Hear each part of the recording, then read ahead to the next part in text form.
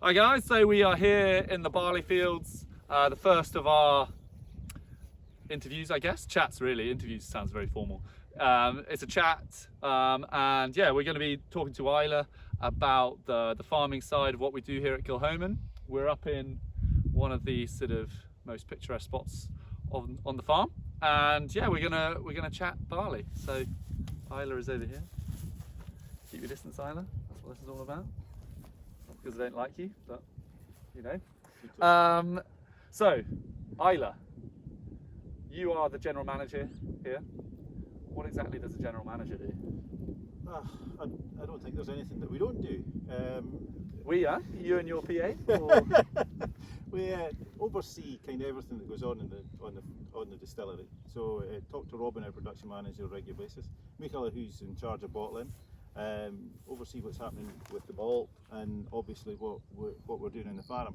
We're doing a lot of building projects at the moment as well. We're just about to complete another warehouse, so heavily involved with the builders and the building works. Yeah, all the expansion stuff. Yeah. And I mean, people might know, but they might not know that we are actually a sort of a farm. You know, we have a fully operational farming side of what we do, and it's not just barley. So maybe you could just swivel us around, give us the landmarks and where we are. So here at Kilhoman, I'll give you this. Thanks very much. So here at Kilhoman, we are farming about 2,000 acres of ground. We're standing in one of the barley fields. This is the Minister's Field, and it's about 30-35 acres. And we're very, very lucky where we are here because we do have some nice ground. It's not all good ground. We've got about 250 acres of green ground, and we've got about 1,800 acres of hill ground. It's very rough and very hard to farm. So from here we can have a look round and we can roughly see some of the landmarks that you may recognise from some of our bottlings. Down there is Macker Bay. You can see the waves rolling in over Macker Bay. Just behind Macker Bay, the rocky outcrop, that's Cool Point. So any of you who've gone through travel retail and purchased a bottle of Cool Point, that's what that was named after. As we swing round, we'll see the Coast Guard cottages. That's where members of the Coast Guard used to stay. And then we come to the greener fields just behind the dike are barley fields. So that's a couple of the barley fields that we've put in this year.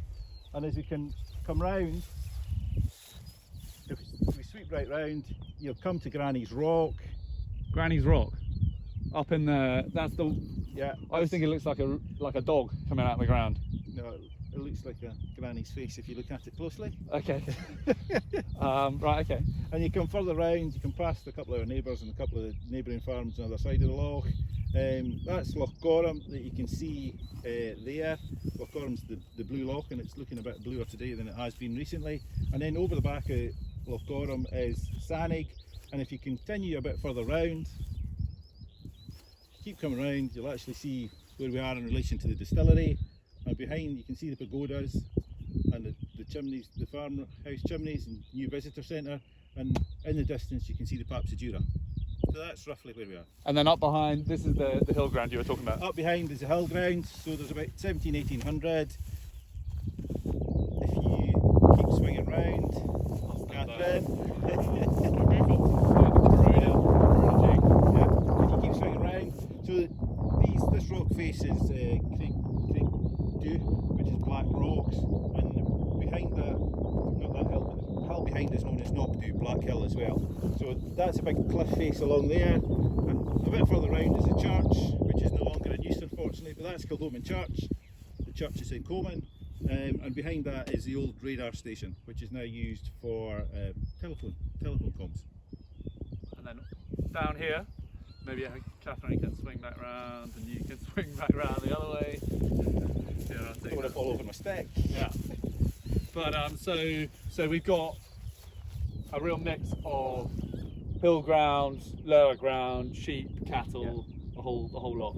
Yeah. How many cattle do we have at the moment?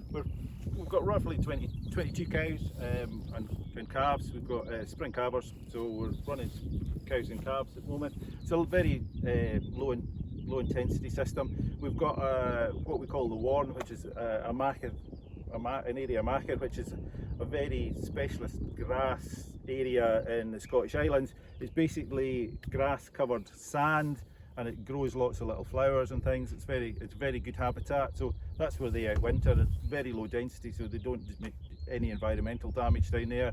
There's not a lot of feed put into the cattle at all, so very low maintenance system.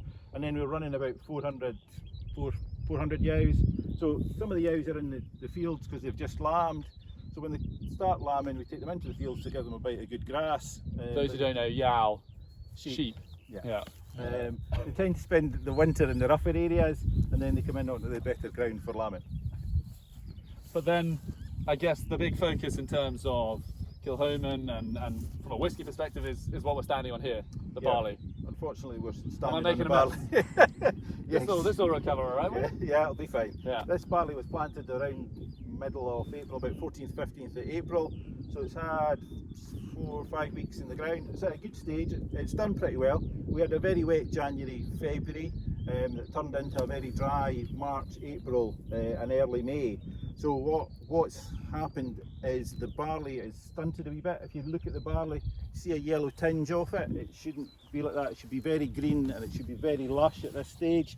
But it will recover. We had that very dry spell, and then at the weekend we had a lot of rain. It turned cold and we had 50-60 mile an hour winds. So that's affected the plant. It's stunted the plant, but it's early stages, so it'll recover and hopefully it'll give us a good crop of barley at the back end. So this is how far in? We're a month and a bit in. Yeah. So it comes out of the ground quite quickly, doesn't it? Yeah, germinates very quickly, gets established very quickly, and then it'll end up about that high, about halfway up my knee. Yeah, about thigh high. And then we'll look to take it off the ground late August, early September. So this obviously, you've got this greeny shoot. This is what will turn into that sort of straw, the main kind of trunk, I guess, of the barley. Yeah.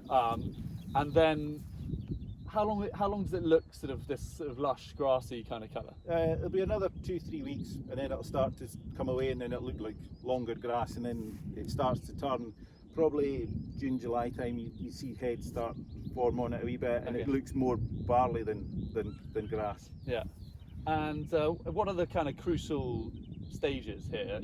Obviously, I kind of in my head have the period soon after sowing, and then the period coming up to harvest as the key periods in terms of weather and stuff. We want to get a good establishment, so we want a good germination. To get a good germination, we need moisture in the soil, but we need the soil to be warm. We need 6, 7, 8 degrees of temperature in the soil, so as the plant will germinate quickly for us and establish itself. Yeah. And we want it kind of dry at that germination stage, so the roots go down the way. So the roots, we get a deep root, and it forms a good base for the plant. And then what we want is really a mix of weather through the growing stage. So we want warm days, we want a bit of rain but not too much rain, we want sunshine, not too much sunshine. The last couple of days have kind of been, apart from the strong winds, that maybe gave it a bit of a... It's just good weather, so if we get a bit of dampness at night, a bit of dew in the morning or a bit of rain through the night, this is ideal for the growing the barley. And the farm, I mean, how does the ground here at Kilchoman, how does that compare to other sort of, the quality of the ground is what I mean, the soil, is it good? Is it well suited to growing quality barley? Islay is known as the Queen of the Hebrides because it's so green, and we're very lucky to be farming here at Rockside. Compared to some other parts of the island, we've got very, very good soil. We've got soil that suits growing barley, it's free draining, it's light, but that comes with its own problems because if you end up with a dry spell, it's too light.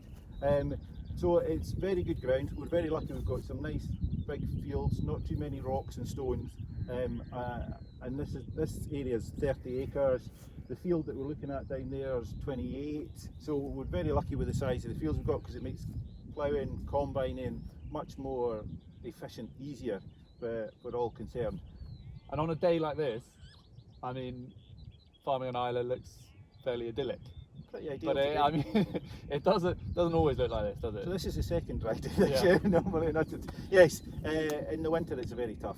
We're very close to the sea, and if you were standing here in the middle of winter, in the middle of a gale, you would taste salt on your lips coming from the sea. So it's a very harsh environment in the winter, but at this moment in time, it's pretty ideal. And we're growing two varieties this year. This is a field of concerto that we're in here. So we're trying 2 varieties this year. We're growing 100 acres in total. 15 of these acres is a variety called Diablo, and we're looking just to see how that grows in our soil and in Islay climate. So we're just looking to see how it does for us.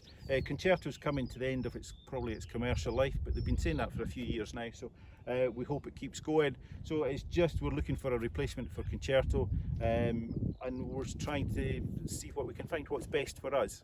And so from your perspective, it's really about a variety of barley that is well suited to the soil and well suited to the conditions that we have here. What we're looking for is a barley with a strong straw. We don't want a very short straw because we use the straw and we sell the straw on. So we want a reasonable length of straw, but a strong straw that will hold the head up at the back end of the year, August, September time, when we're looking to start harvesting, but also when the gales start coming in off the Atlantic. So we're looking for something that will stand up to the winds, the rain, and the general battering it gets from the elements, and something that will hang on to the grain in the head. We don't want the barley ripe and then all the grain falling off in the first gale of wind we get. We want it needs to stay there, because sometimes we can be 4 or 5 weeks getting the crop in from when we start to when we finish, depending on how the weather goes. So harvest time, I mean, that's also the sort of crucial time.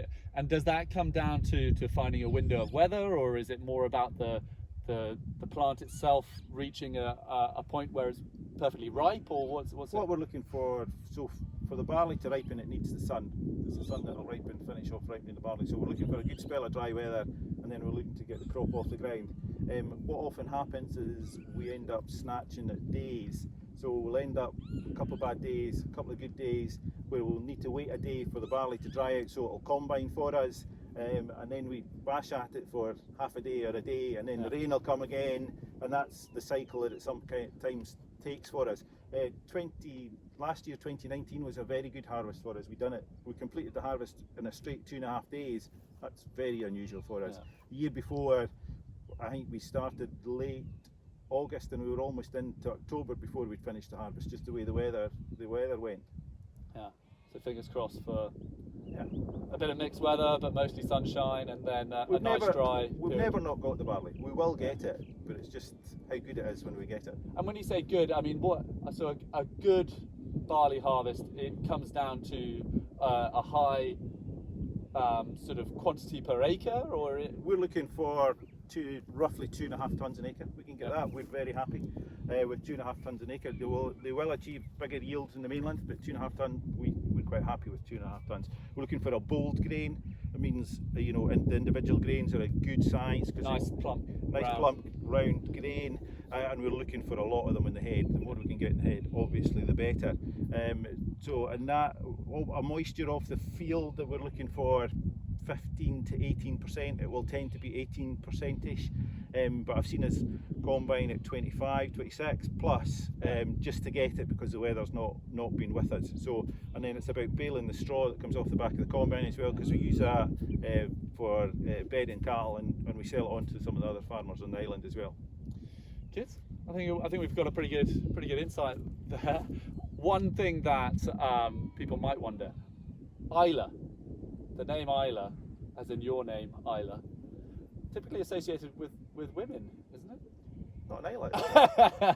No, I mean, but yeah, so it's a strange one, isn't it? You know, it's not an uncommon name on Islay to be. No, it's a very common name. But you know, most of my mates on the mainland, Islay is normally a girl's name. I don't want to labour the point. Seems to be.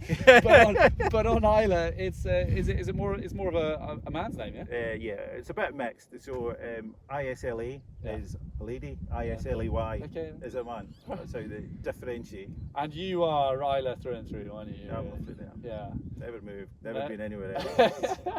Happy with my lot. Happy to why be not? Here. Well, look Like at it. that, yeah. Look at it. Yeah. Great. Well, thank you very much, Islay.